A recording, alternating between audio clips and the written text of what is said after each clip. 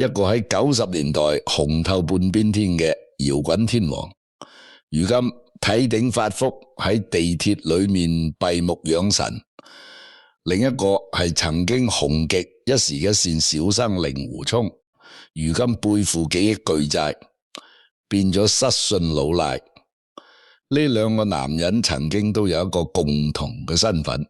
就係華語樂壇天后王菲嘅老公。坊間一直有傳言話王菲命太硬，話佢克夫，甚至話任何男人同佢喺一齊，運氣都會被佢吸乾奪走。呢啲荒謬至極嘅說法，到底係封建迷信，定係背後隱藏住某種古老嘅天地規律？老夫黃庭之今日喺飛星鬥數講堂，就要同你哋正本清源，將呢個銀繞咗華語樂壇幾十年嘅命理迷局徹底講清楚。老夫一向主張睇命理唔可以走江湖術士嘅邪路，市面上嗰啲只會賣水晶、買擺件講克夫害人嘅神棍，簡直係喺度收智商稅。中州派紫微斗數同易經哲學從來唔會講乜嘢打害打黑打，我哋講嘅係陰陽平衡，講嘅係能量場嘅互補同壓制，講嘅係天道畸形而易經嘅自然法則。今日老夫就用中州派紫微斗數嘅精髓，極強易經嘅乾坤奧妙，同你徹底拆解王菲偷為李亞龐以及謝霆鋒呢幾個人之間纏繞咗幾十年嘅命局玄機，讀懂咗呢個局，你唔單止會明白婚姻同運勢嘅真相，更會懂得如何喺自己平凡嘅日子裏面避開命理嘅大坑。市面上好多半桶水嘅算命佬，一睇到女人事業成功、個性剛強，或者命盤裏面有煞星，就大噴毒舌，話人哋係克夫命。呢種將男人嘅失敗歸咎於女人嘅說法，既淺薄又可笑，完全係對傳統命理學嘅污衊。中州派紫微斗數睇命盤，最重星曜嘅心性同宮位嘅氣場互動。王菲呢個命格喺中州派嘅眼裏，屬於極之罕見嘅新黃金城格局。佢嘅日主係庚金或者辛金，生於新月或者酉月，抽金當權，金氣極旺。喺紫微斗數裏面，呢種命格往往對應住紫微七煞、武曲七煞或者破軍化權坐命密傳裏面稱為紅宿干元格，或者殺破狼變局。金主獨利，主果斷，主威嚴。金氣過盛嘅女人，天生就帶住股不可侵犯嘅凌厲氣場，佢就像一把鋒芒不露嘅寶劍，或者一團熊熊燃燒嘅烈火。易經嘅係詞傳講，一陰一陽之謂道，天地萬物最講求嘅係陰陽調和。一個家庭，一對夫妻就係一個最少嘅陰陽組合。傳統上男人為陽，代表剛健主動；女人為陰，代表柔順包容。兩者一剛一柔，互相滋養，家運自然興旺昌盛。但如果女方嘅命格太強，陽氣過盛，佢身上散發出嚟嘅就唔再係柔順之力，而係強烈嘅主導性能量。當佢遇到個男人命格不夠強，不足以與佢抗衡或者融合嘅時候，兩人嘅床就唔係陰陽互補，而係強勢嘅一方喺不知不覺中壓制甚至吞噬咗弱勢一方嘅生氣。呢個喺命理學上叫做比克或者壓制效應。民間俗稱嘅克夫，實際上只係一種能量場嘅虹吸現象。正如一棵參天大樹底下，很難再長出一棵同樣高大嘅樹木，因為所有嘅日光、水分同養分都被大樹截取咗。呢個唔係大樹故意要害小樹，而是客觀規律使然。我哋先嚟講第一個男人酷偉。對於今日嘅90後、00後嚟講，後遺可能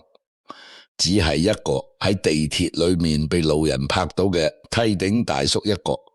騎住電瓶車買早餐，喺小飯館食麵嘅普通人。但在上世紀80年代末、90年代初，佢係中國搖滾樂壇當之無愧嘅王者，係黑豹樂隊嘅靈魂人物。我係一個理想主義燃燒嘅年代，當年崔健用一無所有撕開咗時代嘅裂縫，而黑豹樂隊則用更猛烈、更旋律化嘅硬搖滾，點燃咗無數青年嘅熱血，求為高亢周亮嘅嗓音狂放，而西褲嘅台風、長髮披肩、皮衣皮褲，一個眼神就能讓台下幾萬人陷入瘋狂。佢嘅冇地自容同 Don't Break My Heart 幾乎成咗個時代嘅青年國歌，將專輯喺亞洲範圍內賣出了超過50萬張，呢個數字喺當時嘅華語搖滾圈係天文數字。嗰時嘅王菲已經憑住容易受傷嘅女人喺香港樂壇站穩腳跟，成為最受矚目嘅新老天后。但當佢看到較為嘅恨薄表演時，整個人都被震撼咗。一個女人不管事業多麼成功，喺真正嘅才華同愛情面前，往往會卸下所有盔甲。王菲對竇唯嘅迷戀係食熱嘅主動嘅，佢不惜放下香港天后嘅身段，頻繁往返於北京同香港之間。1996年，兩人喺北京正式結婚。婚後，王菲甘願搬進竇唯住在北京嘅舊四合院。嗰個四合院唔係影視劇裏面雕梁畫棟嘅豪宅，而是老舊嘅沒有獨立衛生間嘅平房，冬天冷得刺骨。一個香港天后清晨起嚟披住大衣，穿過胡同去公共廁所倒痰盂，被狗仔隊拍到後，全港媒體炸開咗羅鼻，所有人都就咁靚呢，絕對係真愛，係才子佳人嘅絕配，係搖滾與流行嘅聯姻。然而這段婚姻只維持咗短短3年。1999年，兩人正式離婚。離婚嘅導火索，當年嘅娛樂新聞已經鋪天蓋地，無非係第三者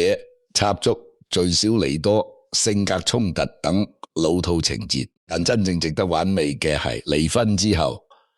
竇唯嘅人生軌跡似乎被一隻無形嘅大手徹底撥轉咗方向。佢嘅音樂風格發生咗劇烈嘅變革，從早期嘅搖滾金屬轉向咗氛圍音樂、實驗音樂、即興演奏，甚至開始大量運用古琴簫等民族樂器。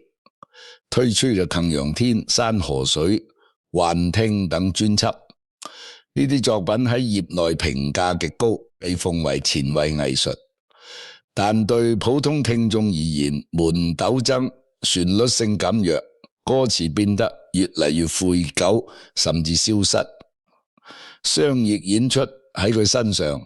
幾乎絕跡，唱片銷量一落千丈。當同年代跟佢一齊玩搖滾嘅伙伴們，有的轉型做咗音樂節目導師，比如汪峰；有的做綜藝做得風生水起，比如鄭迷。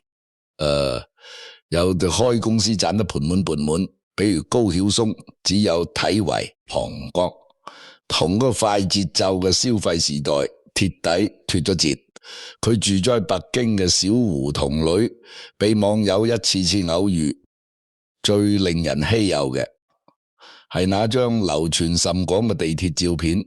照片裏佢頭髮稀疏，以呈旗頂姿勢，身材發福，穿一件灰色嘅舊外套，安安靜靜地坐在車省角落，低頭看着手機或者閉目養神，眼神裏沒有了當年嘅凌厲與光芒，顯得平淡，甚至有些木塞。如果不是有人特意標注，你絕對認不出，這就嗰個曾在舞台上呼風喚雨嘅搖滾天王。評論區兩極分化，有人嘲笑佢晚景凜涼，有人敬佩佢活得真實，還有感嘆歲月係把殺豬刀。喺中州派紫微斗數裏面，交圍嘅命盤屬於典型嘅天同太陰，坐命喺子宮，在中州派裏面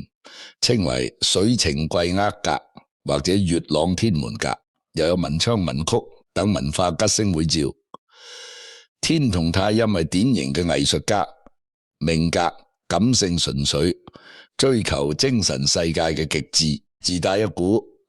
超凡脫俗嘅仙氣，但呢種命格最怕見火星、臨星、地空、地劫等殺星同化忌。殺星打破咗佢喺世俗裏面嘅生存能力，使佢極度厭惡商業化嘅包裝，極度排斥世俗嘅名利規則。佢嘅財白宮見地空地劫，代表財嚟財去，不聚錢財是金易經嘅坎卦。卦講雜坎為心亨，乃以缸中也。坎為水，代表險陷，亦代表深沉內省嘅內心世界。頭為喺離婚之後選擇咗退縮到自己嘅水世界裏面，沉溺於音律，不問世事。從世俗嘅名利雙收，前呼後擁標準，佢的確跌落咗神壇。但從精神自由不為物役嘅角度睇，佢或許找到咗自己嘅桃花源。然而我們畢竟生活喺紅塵中，一個曾經站在統風嘅男人，如今被大眾當成普通大叔，這種巨大嘅落差，無論怎樣粉飾終究，讓人感慨萬千。如果話舊位嘅隱退係一種主動嘅精神逃離，咁第二個男人李亞邦嘅跌落，則係一場鐵頭鐵尾嘅世俗悲劇。李亞邦呢個名字對於稍有年紀嘅觀眾嚟講，係刻喺青春記憶裏面嘅。佢畢業於中央戲劇學院，形象高大英俊，氣質略帶書卷戲同江湖戲嘅混合，係90年代末2000年初內地最受矚目的青年男演員。2000年佢主演央視版《笑傲江湖》，飾演令狐沖，迅速擠底新一線。緊接着又出演了《射雕英雄傳》裏面嘅郭靖，雖然當時口碑褒罷不一，但收視率極高，話題度滿滿。可以說，如果佢沿着這條路繼續走下去，精進演技，深耕影視到今天，絕對係內地演藝圈嘅大哥級人物，片酬千萬，獎項等身不在話下。然而佢偏偏做咗一個讓所有人都不解嘅決定。喺2005年與王菲結婚後，佢逐漸探出演藝圈，把重心轉向咗商業投資。一個演員喺自己最紅片酬最高嘅時候，突然不演戲啦，跑開公司搞地產，做文化項目，這在當時是非常冒險嘅賭博。但李亞波性格裏面有種執拗嘅理想主義同過度嘅自信，佢覺得自己不能演戲，還能在商界總出一片天。佢想要證明自己不只是王菲嘅丈夫，更係一個能掌控全局嘅成功企業家。結果呢，佢嘅投資之路可以說係一部血淚史。佢開過酒吧，喺三里屯搞過夜店，但因為經營不善，很快倒閉。佢投資過影視製作公司，出品咗幾部口碑平平嘅作品，拍一不少，佢還涉足文化傳播，集出版大多不了了之。而最著名、最慘烈嘅一次失敗，係佢喺雲南麗江打造嘅雪山藝術小鎮項目。呢個項目野心勃勃，定位為高端文化藝術綜合體，包括酒店、別墅、美術館、商業街等，號稱要在雪山腳下重建一個烏托邦。李亞邦投入咗巨額資金，拉來了眾多投資人，舉行了聲勢浩大嘅發佈會，還請了知名建築師設計，但最終項目因資金鏈斷裂，銷售淡淡，政策變化等原因爛尾，留下一堆爛賬同合約糾紛，投資人血本無歸，紛紛起訴。李亞邦被法院判決承擔巨額債務，並被列為失信被執行人，也就是俗稱嘅老賴，限制高消費，不能坐飛機，不能坐高鐵，連住酒店都有價格限制。據公開信息，其被判決執行嘅債務總額超過4000個萬元人民幣，折合新台幣高達1億7000多個萬元。呢個數字對於一個曾經嘅頂流明星來作，雖然不算天文數字，但加上由此引發嘅信譽崩牆和啟露壓力，足以讓人生跌入谷底。你想想這個畫面，當年一襲白衣，手持長劍，喺簡崖邊鳳炭喝酒嘅令狐沖，如今卻被祭主為賭，被媒體嘲，被網友戲稱為商界鬼見愁，從萬人追捧嘅英俊小生到負債累累、寸步難行嘅失信人，這種跌落嘅幅度和羞辱感，比舊為嘅引入塵煙更帶有世俗意義上嘅狼傲。很多人替佢惋惜，也有人冷笑佢自作自受。但無論如何，佢和王菲嘅婚姻終究成了佢人生嘅分水嶺。喺中州派紫微斗數裏面，李亞坡嘅命盤屬於典型嘅紫微破軍，坐命係丑微宮，或者命宮見天府，而財帛宮逢地空地劫武曲化忌，紫微破軍格局嘅人，性格裏面帶有極強嘅帝王夢同開創欲，野心勃勃，喜歡搞大項目、大概念，總想做驚天動地嘅大事。但如果命盤裏面缺乏烏拔、灰牛等吉星扶持，反而見到了地空、地劫同化忌，喺中州派命理裏面就叫做志大才疏、眼高手低。呢種人做生意極容易盲目擴張，盲目相信自己嘅情懷，最終被資本同市場無情碾碎。已經看掛嘅上九爻辭講亢龍有悔，意思是當一條龍飛得太高，超過咗自己能力同德行所能承載嘅極限，就必定會陷入進退維谷嘅悔恨之中。李亞坡盲目追求商人嘅光環，強行要去承載佢根本計唔咗嘅巨額資本同項目，呢個就係典型嘅德不配位，必有災殃。兩個才華橫溢，曾在自己領域裏閃閃發光嘅男人，卻喺與同位女性結緣之後，走向了明顯嘅下坡路。網上呢輪走就炸了羅碧，許多網友一口咬定，這不就是剋夫嗎？王菲命太硬，得跟他在一起，得也倒霉。啱啊！從正統嘅傳統命理學角度嚟看，這種克制到底有沒有理論依據？今天老夫就為你抽絲剝，講清楚這背後嘅道理。第一，喺八字與紫微斗數中，根據公開嘅出生信息，王菲出生於1969年8月8日，佢嘅日主天干為庚金或辛金，且生於申月或酉月，金氣極旺，屬於典型嘅身旺格局。身旺意味住這個人天生紐帶一股非常強勢嘅自我能量，自議心極強，個性極度獨立，不依賴任何人，自己就能打下一片江山。王妃嘅八字好比一團熊熊燃燒嘅大火，又像一把鋒芒不露嘅寶劍。一般人靠近他，不但取不了暖，反而容易被灼傷或被劍氣所傷。第二，從面相學嚟看，王妃嘅面相完全印證咗佢嘅命格。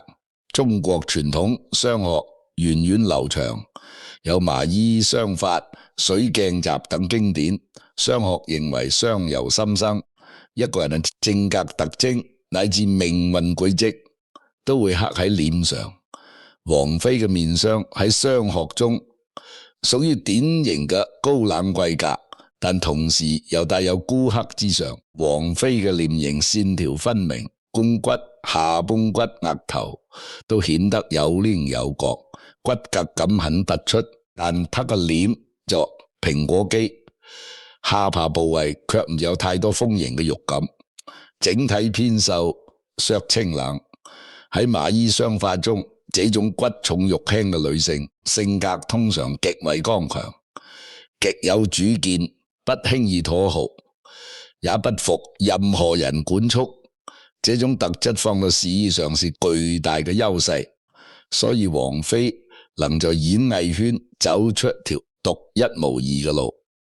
但放在婚姻中，骨重肉輕嘅女性很容易形成女強男弱嘅局面，因為她在日常中表現出不低頭、不撒漏、不依賴，男方會逐漸感到自己不被需要、不被仰望，男性自尊難以安放。古人有一句話形容此相：肱骨高，兩腮削，在家奪權不是弱。呢個奪權不是政治意義上嘅奪權，而是指家庭氣場中女性嘅陽氣完全蓋過了男性，男性不由自主地退到次要位置。長此以往，男人嘅自信心、魄力、在外嘅衝勁都會隨着這種壓抑而削弱，運勢自然衰退。再看王妃嘅眼神，她的眼神無論從哪個角度看，都帶着一種天然嘅疏離和清冷。他看人嘅時候，似乎是在看對方，而是透過對方望向虛空。他不討好任何人，眼睛裏沒有商量嘅餘地，只有一種我就是咁樣，你愛看不看嘅淡然。相學中這種眼神被稱為孤芳自賞或吉眼。長過這種眼睛嘅人，注定一生與眾不同，能夠創作驚世之作，但也注定很難與別人真正建立親密無間嘅情感連接。第三，亦係最重要嘅一點，係易經裏面嘅天道守騰法則，就係易經嘅哲學體系中，天地萬物都講究陰陽平衡。周易係詞傳開篇就說，一陰一陽之謂道，一對夫妻就係一個最少嘅陰陽組合。如果女方嘅命格氣場過強，過於陽光，當她嘅丈夫八字不夠強，不足以抗衡或融合這種能量時，兩人基層後就不是陰陽互補，而是強勢一方就不知不覺中壓制甚至吞噬了弱勢一方嘅生氣。古人說孤陰不生，獨陽不長，就是強調陰陽必須平衡，任何一方過於極端都會導致另一方嘅枯萎。這就像一棵參天大樹底下很難再長出一棵同樣高大嘅樹木，因為所有嘅陽光、水分、養分都被大樹截取啦。易經64卦包羅萬象，但你翻遍全書會發現一個驚人嘅事實，沒有一卦是全吉的，連最吉祥嘅宮卦，其卦辭爻辭中也不斷提醒要持盈保泰，選多益卦。易經嘅核心思想之一就天道均形而益官，就官卦的象辭，意思是天道的規律就僅順你是滿意的，過分的，去增補那些新嘅不足嘅。任何事物一旦發展到了極致，就必然走向它嘅反面，物極必反，盛極必衰。已經乾卦嘅上九牛辭只有4個字：亢龍有悔，飛得最高嘅龍，最終會因為飛得過高而後悔。你對照王菲嚟看，她得到了華語演藝圈最極致嘅名利，唱片銷量打破紀錄，演唱會一票難求，數十年穩咗天后寶座，影響力橫跨兩岸三地，乃至整個人類華人世界。他在名和利這兩個維度上獲得了滿格，按照天道手提嘅法則，他係在名利上拿滿了分數，咁在情和伴嘅維度上就必然有所虧欠，而他身邊最親密嘅伴侶恰好就係能量層面，承擔了這種虧欠嘅傳導，這是一種能量嘅再平衡。古人還有一句廣為流傳嘅話：德不配位，必有災殃。一般人只把它用在事業和金錢上，其實這句話同樣適用於感情和婚姻。娶一位天后或者嫁過一位天王，旁人說起嚟風光無限，但你有沒有想過，如果自己嘅命格不夠強，福報不夠大，就根本承接不住對方身上那股過於強大嘅氣場。就像一個受瓷杯，你拿它去接一大桶水，倒下來，水杯不裝不住，還會被沖倒，甚至砸得粉碎土。維和李亞芳都是有才華嘅好男人，但他們嘅杯容量相對於王菲嘅水桶而言，確實少了些。所以這段婚姻對他們來說，就係能量層面是一場持續嘅消耗與透支。就係討論完後維和李亞波之後，很多人會好奇，那謝霆鋒呢？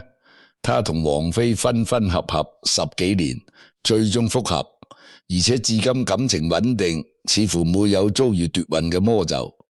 這是為什麼？難道謝霆鋒嘅命格特別強悍？確實如此。老夫黃庭之同你哋拆解謝霆鋒嘅命盤。謝霆光出生於1985年8月29日，喺八字同紫微斗數上，佢屬於日主為丙火或者丁火嘅炎上格局，且生於新月或未月，火氣不弱，又有木來生助，整體係身強之命。喺紫微斗數裏面，謝霆鋒嘅命宮見太陽化權，破軍化祿或者得黏羅，左命太陽係強烈嘅陽性星耀，代表光明、博愛、強悍同不屈不撓。更重要嘅是，謝霆鋒係星二代，從小喺冧光燈下長大經歷過頂包案等巨大嘅人生挫折，佢嘅心理素質遠超同齡人。佢本係歌手演員，仲係企業家，創立咗特效公司鋪朝廷，商業頭腦敏特，善耀版圖廣泛。謝霆鋒自身就是一個能量場極強嘅人，佢嘅氣場完全不輸於王菲。當兩個同樣強大嘅氣場相遇時，就不會出現一方吞噬另一方嘅局面，而是雙星閃耀，互相點燃。王菲同謝霆鋒嘅關係更像兩團烈火碰撞，激起更絢爛嘅火花，而不是一方壓倒另一方。這也是為什麼謝霆鋒與王菲復合後，佢嘅事業並未下滑，反而憑借12道風味打開咗美食綜藝嘅新天地，電影持續產出，商業上更係風生水起。呢個從側面上驗證咗命理學嘅一個核心原則匹配比強弱更重要。不是不能找強者，而是自己必須夠強，才能與強者共舞。求維繫藝術家氣質，更適合清貧而自由嘅創作生活。李亞邦係演員氣質，更適合喺演藝圈按部就班。佢哋與王菲嘅激昂，就一顆行星試圖靠近一梯星，如果自身引力不足，很容易被吞星嘅引力撕碎。而謝霆鋒則係一顆同樣明亮嘅吞星，雙星系統相互環繞，反而形成了更穩定嘅。訣稿講到呢度，老夫想分享一個自己研讀命理多年後最深刻嘅體會：人這一生最難得嘅，從來不是大富大貴，亦不是轟轟烈烈嘅傳奇愛情，而是身邊有一個能與你安安穩穩、平平淡淡過完一輩子嘅人。香港有句俗語叫食得鹹魚抵得渴，你選擇咗鹹魚平淡生活，就要忍受佢嘅清淡；你選擇咗山珍海味、光芒萬丈嘅伴侶，就得承受佢可能帶來嘅上火與消化不良。世上沒有免費嘅午餐，又沒有只享福不受累嘅婚姻。如果你想要每一天都安安靜靜、舒舒服服，咁啊，你就要學會欣賞身邊嗰個很係平凡但真心實意對你好嘅人。平淡嘅婚姻給不了你豪車別墅，但能給你想每天回家。是一手着個燈，一碗熱湯，一句回嚟了這些攏碎嘅溫暖，才是我們絕大多數人真正需要嘅，也是歲月審後最珍貴嘅東西。古人講家和萬事興，呢個和字不光係人與人之間嘅和氣，更深一層係陰陽之間嘅平衡。周易太卦嘅象辭說：天地交而萬物通也，上下交而其志同也。天與地相互交通，萬物才能通達順暢。夫妻之間陰陽調和，呢個家庭才能興旺昌盛。如果你一味羨慕別人嘅萬丈光芒，而忽略了自己身邊那一點人間煙火，終有一天你會發現煙火熄滅，光芒也只是別人嘅。與其追逐遠方嘅幻影，不如轉過身來，好好珍惜我個願意陪你一起變老、一起吃飯、散步慶到戀事嘅人。今天嘅文章從王菲講起，串起了高維、李亞邦、謝霆鋒，串起了八字面相，易經同陰陽平衡，最終落到了平凡是福嘅降數真理上。老夫不敢說自己說嘅每一句都絕對正確，畢竟命理本身就是一門充滿概率同模糊性嘅經驗學問，但它提供一種看待人生嘅獨特視角。我連每個人都在能量場中互相影響，對也無法超脫。王菲用佢嘅才華與強勢，換來了天后嘅冠冕與情感嘅孤高，係為用佢嘅純粹與固執，換來了藝術嘅自由與世俗嘅審直。李亞邦用佢嘅理想與豪膽，換來了商場嘅教訓與現實嘅冰冷。謝霆鋒用佢嘅堅穩與平衡，換來了雙強嘅共生與自義嘅多元。每個人都在為自己嘅選擇付出代價，也都在承受自己命格嘅局限。最後，老夫想請你做一件事，在離開這篇文章之前，不妨喺心底默念4個字，或者喺評論區打出嚟：平凡是福。